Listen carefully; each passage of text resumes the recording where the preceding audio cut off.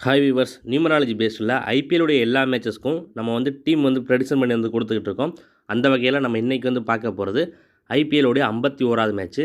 இந்த மேட்ச்சில் வந்து குஜராத் டைட்டன்ஸும் சன்ரைசர்ஸ் ஹைதராபாத் வந்து மோதுறாங்க. மே 2ஆம் தேதி வெள்ளிக்கிழமை நைட்டு 7:30 மணிக்கு பார்த்தீங்கன்னா அந்த மேட்ச் வந்து ஸ்டார்ட் ஆகுது.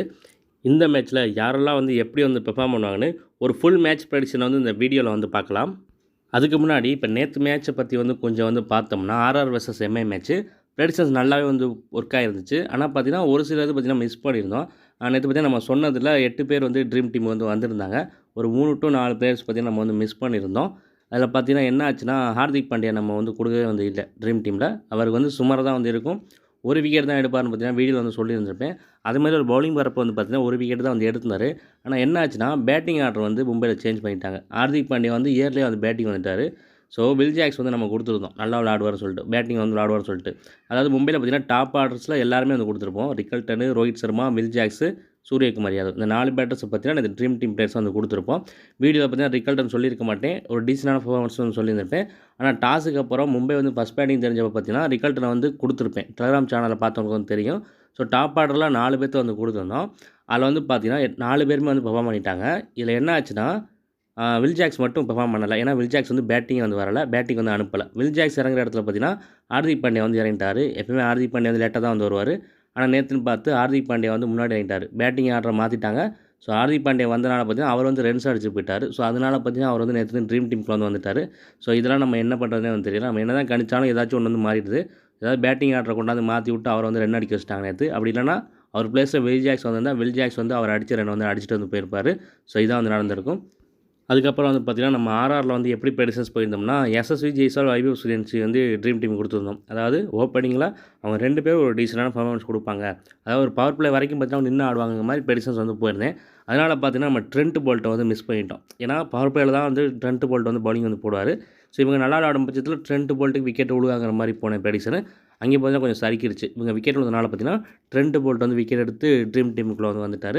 இவங்க 2 பேரை பார்த்தீங்கன்னா நம்ம வந்து மிஸ் பண்ணியிருந்தோம். அதிக பாயிண்ட் எடுத்த பிளேயர்ஸில், அதாவது போல்ட்டையும் ஹார்திக் பாண்டியா வந்து மிஸ் பண்ணியிருந்தோம். வில் ஜாக்ஸ் பார்த்தீங்கன்னா பவுலிங் வந்து சுத்தமாக வந்து கொடுக்கல. பவுலிங் கொடுத்தா கூட அவர் விக்கெட் எடுத்து ட்ரீம் டீமுக்குள்ளே வந்து வந்திருப்பார். ஆனால் அவருக்கு பவுலிங் கொடுக்கல, அவரை பேட்டிங் வந்து இறக்கலை. அடிக்கடி பார்த்தீங்கன்னா வில் ஜாக்ஸ் வந்து இப்படி தான் பண்ணுறாங்க. ஒரு சில நேரம் டாப் ஆர்டரில் வந்து இறக்குறாங்க, ஒரு சில நேரம் பார்த்தீங்கன்னா ரொம்ப லோ ஆர்டர் கொண்டு போயிடுறாங்க. இதை நம்ம என்ன பண்ணுறதே வந்து தெரில. ஒரு நாள் ஒரு மாதிரி மாற்றி மாற்றி வந்து இறக்கிட்டு இருக்காங்க. அப்புறம் நம்ம ப்ரெடிக்ஷனில் நல்லா விளையாடுவாங்கன்னு சொல்லி மிஸ் பண்ண பிளேயர்னால் அது சி போச்னு சொல்லலாம். இந்த சி போச் விஷயத்தில் மட்டும் ப்ரெடிக்ஷன்ஸ் வந்து ராங்காக போச்சுன்னு வந்து சொல்லுவேன். ஏன்னா சி போச் வந்து விக்கெட்டே வந்து எடுக்கலை நேற்று மேட்ச்சில். இப்போ என்ன ஆச்சுன்னா சி போச்சு, ஜஸ்பிரீத் பும்ரா, கரண் சர்மா இவங்க 3 பேர் தான் வந்து ஆர்ஆர் பக்கத்து எல்லா விக்கெட்ஸும் எடுப்பாங்கிற மாதிரி ப்ரெடிக்ஷன்ஸ் வந்து போயிருந்தேன். ஏன்னா ஆர்ஆரில் வந்து ஃபஸ்ட்டு டாப் ஆர்டர் 3 பேர் வந்து கொடுத்துருப்பேன். ரியான் பராக், சூரியவன்சி, ஜெய்ஸ்வால். சூரியவன்சி, ஜெய்ஸ்வால் ஓரளவுக்கு டீசெண்டான பர்ஃபார்மன்ஸ் வந்து கொடுப்பாங்க. ரியான் பராக் நல்லா ஆடுவார் வந்து கணிச்சிருந்தேன். ஏன்னா அந்த சைடு மட்டும் பேட்டிங் கொலாப்ஸ் சொன்னனால அது மிஸ் ஆகி பார்த்தா ட்ரெண்ட் போல்ட் உள்ளே வந்துட்டார். தீபக் சார் கூட ஒரு விக்கெட் எடுத்து மேட்சுக்குள்ளே வந்து வந்துட்டார் ட்ரீம் டீமுக்குள்ளே. ஸோ நம்ம என்ன தான் ப்ரெடிக்ஷன் வந்து பண்ணாலும் ஏதாச்சும் ஒன்று நம்மளே மீறி வந்து நடந்துடும். ஸோ அப்படி தான் வந்து நேற்று மேட்ச் வந்து நடந்துச்சு. மற்றபடி நம்ம கொடுத்த பிளேயர்ஸ் எல்லாமே வந்து நல்லா பெர்ஃபார்ம் பண்ணியிருந்தாங்க. ரிக்கல்டனாக இருக்கட்டும், கரண் சர்மாவாக இருக்கட்டும், சூரியகுமார் யாதவ், ரோஹித் சர்மா, பும்ரா, ரியான் பராக், ஜாஃபர் ஆர்ச்சர், தீக்ஷனா எல்லாருமே பார்த்தீங்கன்னா நல்லா பாயிண்ட்ஸ் எடுத்திருந்தாங்க. சொன்ன மாதிரியே ட்ரீம் டீமுக்கு வந்து வந்திருந்தாங்க.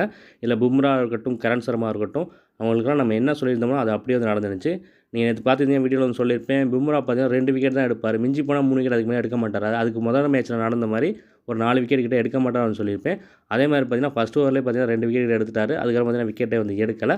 ஸோ இப்படி தான் எல்லாரையும் வந்து கரெக்டாக வந்து கணிச்சிட முடியாது. ஆனால் ஓரளவுக்கு சில பிளேயர்ஸை வந்து நல்லா வந்து கணிச்சிட வந்து முடியும்.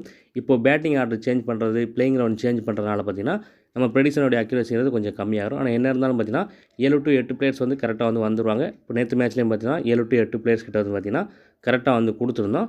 இப்போ இன்றைக்கி மேட்ச்சை பற்றி வந்து பார்க்கலாம். இந்த மேட்ச் வந்து பார்த்திங்கன்னா மே 2ஆம் தேதி வந்து நடக்குது. அதாவது சந்திரனும் கேதுவும் சேர்ந்த காம்பினேஷன், 2-7 காம்பினேஷன். அதுபடி நம்ம ப்ரெடிக்ஷன்ஸ் வந்து பார்க்கல. ஃபஸ்ட்டு குஜராத் டைட்டன்ஸில் வந்து பார்த்தோம்னா சாய் சுதர்சன் இந்த மேட்ச் ஓரளவு வந்து டீசெண்டாக வந்து விளையாண்டுருவார். சாய் சுதர்சன்ட்ட வந்து ஒரு 30 ரன்ஸ் வந்து எதிர்பார்க்கலாம். அடுத்தது சுப்மன் கில் ஒரு பெரிய பெர்ஃபார்மன்ஸ் பண்ணுறதுக்கு வாய்ப்பு வந்து இன்றைக்கி வந்து குறைவு தான். கொஞ்சம் சுமாராக தான் வந்து இருக்கும் அவருக்கு. அதே மாதிரி தான் ஜாஸ் பட்லருக்கும். சுப்மன் கில் எப்படியோ அதே மாதிரி தான் ஜாஸ் பட்லருக்கும். அவரும் பார்த்திங்கன்னா ஒரு பெரிய பெர்ஃபார்மன்ஸ் வந்து பண்ண மாட்டார். ஒரு சுமாரான பெர்ஃபார்மன்ஸ் தான் வந்து இருக்கும். அடுத்தது வாஷிங்டன் சுந்தர் இன்றைக்கி அவர் வந்து பேட்டிங் வந்தாலும் நல்ல ரன்ஸ் வந்து அடிப்பார். பவுலிங் போட்டாலும் அவருக்கு அதிகப்படியான விக்கெட்ஸ் எடுக்கிறதுக்கான வாய்ப்பு இருக்குது. அதே மாதிரி டிவாட்டியாவுக்கு இன்றைக்கி சூப்பராக வந்து இருக்கும். பேட்டிங் வந்தாலும் ரன்ஸ் அடிப்பார். பவுலிங் போட்டாலும் விக்கெட் வந்து விழுகும். ஆனால் அந்த டிவாட்டியெல்லாம் நம்ம நம்பி வந்து ட்ரீம் டீம்லாம் கொடுக்க முடிய மாட்டேங்குது. ஏன்னா அவர் ரொம்ப லோ ஆர்டரில் இருக்கிறாங்க, அவர் பவுலிங் கொடுக்க மாட்டாங்க, ஏன்னா வந்து தெரியலை. அடுத்து பார்த்தோம்னா ஷாருக் கான் ஒரு 20லேருந்து 25 ரன்ஸ் அடிக்கிறதுக்கான சான்ஸ் வந்து இருக்குது. அடுத்தது கரீம் ஜனத் போன மேட்ச் டீமுக்குள்ளே வந்து வந்தார், ஆனால் ஒரு பெருசாக எந்த பர்ஃபார்மன்ஸும் பண்ணலை. இந்த மேட்ச்சில் ஒரு நல்ல பர்ஃபார்மன்ஸ் கொடுக்கறதுக்கான சான்ஸ் வந்து இருக்குது. இன்றைக்கி மேட்ச்சில் கரீம் ஜனத் வந்து பந்து போட்டாலும் விக்கெட் விழுகும், பேட்டிங் வந்தாலும் ரன்ஸ் வந்து அடிப்பார். அதே மாதிரி ரஷீத் கானும் அதே தான். எப்படி வந்து டிவாட்டியாவோ வாஷிங்டன் சுந்தரோ கரீம் ஜனத்தோ அதே மாதிரி தான் ரஷீத் கானும். ரஷீத் கான் இன்றைக்கி பந்து போட்டாலும் அதிகப்படியான விக்கெட்ஸ் வந்து எடுப்பார். பேட்டிங் வந்தாலும் ஒரு 30 ரன்ஸ் கிட்ட கூட அடிக்கிறதுக்கான சான்ஸ் வந்து இருக்குது. ரஷீத் கானுக்கு பார்த்தீங்கன்னா எக்ஸலண்ட்டாக வந்து இருக்கும். ரஷீத் கான் வந்து 2+ விக்கெட்ஸ் எடுக்கிறதுக்கு சான்ஸ் இருக்குது. அடுத்ததாக சாய் கிஷோர் வந்து என்ன சொல்கிறதுன்னு தெரில. அவர் ஒரு நல்ல பவுலரு, விக்கெட் டேக்கிங் பவுலரு. ஆனால் பார்த்தீங்கன்னா அவருக்கு ஓவரே கொடுக்க மாட்டாங்க, கடைசியில் தான் வந்து கொடுக்குறாங்க. கடைசியில் கொடுத்தா அவர் எப்படி விக்கெட் எடுப்பார்னு ஒன்றும் வந்து புரியலை. சாய் கிஷோர் பவுலிங் கொடுத்தாங்கன்னா 1லேருந்து 2 விக்கெட் வரைக்கும் எடுக்கிறதுக்கான சான்ஸ் வந்து இருக்குது. அடுத்தது பார்த்தோம்னா முகமது சிராஜுக்கு இன்றைக்கி நல்லா வந்து இருக்கும். ஆனால் ஒரு அதிகப்படியான விக்கெட்ஸ் எடுப்பாராங்கிறது டவுட்டு தான். ஆனால் ஒரு 1லேருந்து 2 விக்கெட் கிட்ட வரைக்கும் எடுக்கிறதுக்கான வாய்ப்பு வந்து இருக்குது. அடுத்ததாக பிரசித் கிருஷ்ணா 2 விக்கெட் வரைக்கும் எடுக்கிறதுக்கு வாய்ப்பு இருக்குது. அடுத்ததாக லாஸ்ட்டாக பார்த்தோம்னா இஷாந்த் சர்மா 1 விக்கெட் வந்து எடுப்பார். நெக்ஸ்ட்டு சன்ரைசர்ஸ் ஹைதராபாத்தில் வந்து பார்த்தோன்னா அபிஷேக் சர்மா ஒரு 25 ரன்ஸ் ஆடுறதுக்கு வாய்ப்பு இருக்குது. அடுத்த டிராவிஸ் ஹெட் ஒரு டீசெண்டான பர்ஃபார்மன்ஸ் வந்து கொடுப்பாரு. அடுத்ததாக இஷான் கிஷன்கிட்டேருந்து ஒரு 25 ரன்ஸ் வந்து எதிர்பார்க்கலாம்.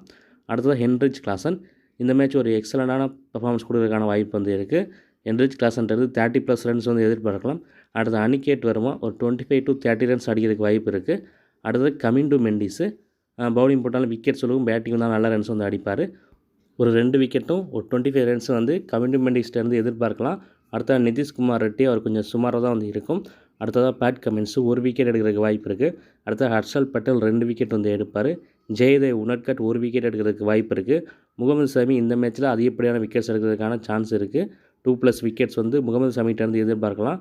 அடுத்ததாக லாஸ்ட்டாக பார்த்தோம்னா சீசத் அன்சாரி இந்த மேட்ச் நல்லா பர்ஃபார்மன்ஸ் கொடுக்கறதுக்கான சான்ஸ் வந்து இருக்குது. 2 விக்கெட் வரைக்கும் எடுக்கிறதுக்கு சீசத் அன்சாரிக்கு வாய்ப்பு இருக்குது. இப்போ 2 டீம்லையும் சேர்த்து ஜிடிலையும் எஸ்ஆர்ஹெச்லையும் யாரெல்லாம் வந்து எப்படி வந்து பெர்ஃபார்ம் பண்ணுவான்னு வந்து பார்த்தோம். நெக்ஸ்ட் யாரெல்லாம் ட்ரீம் டீம் வர்றதுக்கு சான்ஸ் இருக்குது அப்படின்னு வந்து பார்க்கலாம். அதுபடி பார்க்குறப்போ சாய் சுதர்சன், வாஷிங்டன் சுந்தர், ராகுல் டிவாட்டியா, கரீம் ஜனத், ரஷீத் கான், முகமது சிராஜ், பிரசித் கிருஷ்ணா. இதில் வந்து பார்த்தீங்கன்னா சாய் கிஷோர் வந்து ட்ரீம் டீமுக்குள்ளே வந்து கொடுக்க வந்து இல்லை, ஏன்னா அவருக்கு ஓவர் வந்து கொடுக்க மாட்டாங்க. ஒருவேளை அவர் 4 ஓவர் கன்ஃபார்ம் போடுவார்னு தெரிஞ்சுன்னா அவரை நீங்கள் ட்ரீம் டீமுக்குள்ளே வந்து கொண்டாந்துக்கோங்க. அடுத்து ஹென்ரிச் கிளாசன், கமிண்டு மெண்டிஸ், ஹர்ஷல் பட்டேல், முகமது ஷமி, சீசத் அன்சாரி இவங்கெல்லாம் பார்த்தீங்கன்னா ட்ரீம் டீம் வர்றதுக்கு பாசிபிலிட்டி இருக்கக்கூடிய பிளேயர்ஸ். நெக்ஸ்ட் யாரெல்லாம் ஒரு டீசெண்டான பர்ஃபார்மன்ஸை கொடுப்பாங்க அப்படின்னு வந்து பார்க்கலாம். அதுபடி பார்க்குறப்போ Abhishek Sharma, Travis Head, Pat Cummins, Shahrukh Khan, Jos Buttler, Sai Kishore இவங்கெல்லாம் பார்த்தீங்கன்னா ஒரு டீசெண்டான பர்ஃபார்மன்ஸ் கொடுக்கறதுக்கான சான்ஸ் வந்து இருக்குது. இல்லை அந்த சாய் கிஷோர் வந்து ஒரு 1லேருந்து 2 ஓவருக்கு மட்டும் போட்டார்னா அந்த 1 to 2 விக்கெட் தான் வந்து எடுக்கிறதுக்கான சான்ஸ் வந்து இருக்குது. 4 ஓவரும் போடும் பட்சத்தில் சாய் கிஷோர்ட்டேருந்து அதிகப்படியான விக்கெட்ஸ் வந்து எதிர்பார்க்கலாம். ஆனால் அவருக்கு எப்படின்னு வந்து தெரியலை, நீங்கள் வந்து பார்த்துக்கோங்க. இப்போ நான் சொன்னது வந்து பார்த்தீங்கன்னா ஒரு பொதுவான ப்ரெடிஷன் தான். டாஸை பொறுத்து இந்த ப்ரெடிஷனில் பார்த்தீங்கன்னா இன்றைக்கி மேட்ச்சில் பெரிய சேஞ்சஸ் கூட இருக்கிறதுக்கான வாய்ப்பு வந்து இருக்குது. இப்போ நேற்று பார்த்தீங்கன்னா நம்ம ரிகல்ட்டனை வந்து உள்ளே கொண்டுட்டு வரல, பொதுவான ப்ரெடிஷன் வந்து வீடியோவில் சொல்கிறப்போ. ஆனால் டாஸ் போட்டதுக்கப்புறம் பார்த்தீங்கன்னா ரிகல்ட்டனை வந்து உள்ளே கொண்டு வந்தோம். ஸோ அந்த மாதிரி இந்த மேட்ச்சில் வந்து இந்த ப்ரெடிஷன் அப்படியே கூட சேஞ்ச் ஆகிற கூட சான்ஸ் வந்து இருக்கும். இன்றைக்கி டாஸை பொறுத்து எல்லாமே வந்து இருக்குது. ஸோ மறந்துடாமல் டெலகிராம் சேனல் வந்து ஜாயின் பண்ணி வந்து வச்சுக்கோங்க. ஏன்னா வீடியோ மட்டும் பார்த்துட்டு நீங்கள் டீம் போட்டிங்கன்னா நேற்றுலாம் பார்த்தீங்கன்னா ரிகல்ட்டெல்லாம் மிஸ் பண்ணியிருப்பீங்க. ஸோ இந்த மாதிரிலாம் வந்து இருக்கும். ஸோ எப்போயுமே வீடியோ பார்க்குறவங்க டெலகிராம் சேனலையும் 7 மணிக்கு அப்புறம் டாஸ் போட்டதுக்கப்புறம் வந்து செக் பண்ணிக்கோங்க. அப்புறம் இப்போ நம்ம சொன்ன இந்த ப்ரெடிஷனுங்கிறது இந்த 22 பிளேயர்ஸை மட்டும் வச்சு எடுத்த ப்ரெடிஷன் தான். இந்த 11ஸில் எதுவும் சேஞ்சஸ் இல்லாத பட்சத்தில், இப்போ சொன்ன இந்த 22 பிளேயர்ஸ் எதுவும் சேஞ்சஸ் இல்லாத பட்சத்தில் இந்த ப்ரெடிஷனுடைய அக்யூரேசிங்கிறது அதிகமாகவே வந்து இருக்கும். ஒரு 80 to 90% கூட வரதுக்கான சான்ஸ் வந்து இருக்கும். இதில் பெரிய சேஞ்சஸ் இருக்கும் பட்சத்தில் இதோட அக்யூரேசி பார்த்திங்கன்னா கம்மியாகிறதுக்கான சான்ஸ் வந்து இருக்குது. அதை வந்து புரிஞ்சுக்கோங்க. டாஸ் போட்டதுக்கப்புறம் 2 டீம்லையும் சேஞ்சஸ் வந்து இருந்துச்சுன்னா புதுசாக வர பிளேயர்ஸுக்கு யாருக்கு நல்லா இருக்குது நல்லா இல்லைன்னு பார்த்துட்டு அதெல்லாம் நான் பார்த்தீங்கன்னா டெலகிராம் சேனல் தான் வந்து அப்டேட் வந்து பண்ணுவேன். ஸோ டெலகிராம் சேனலில் கண்டிப்பாக வந்து ஜாயின் பண்ணி வச்சுக்கோங்க.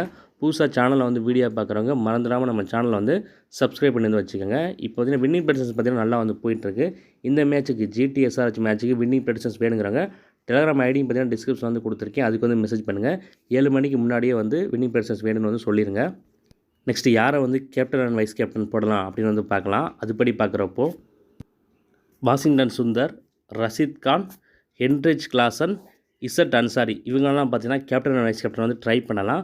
ஒருவேளை வாஷிங்டன் சுந்தர் வந்து டீமில் வந்து இல்லைன்னா சாய் சுதர்சனை வந்து கேப்டன் அண்ட் வைஸ் கேப்டன் ஆப்ஷனை வந்து எடுத்துக்கோங்க. நான் சொல்கிறதெல்லாம் வச்சு ஒரு டீம் வந்து ஃபார்ம் பண்ணி வந்து போட்டிங்கன்னா ஒரு நல்ல ப்ரைஸ் வந்து வின் பண்ணலாம் நீங்கள்.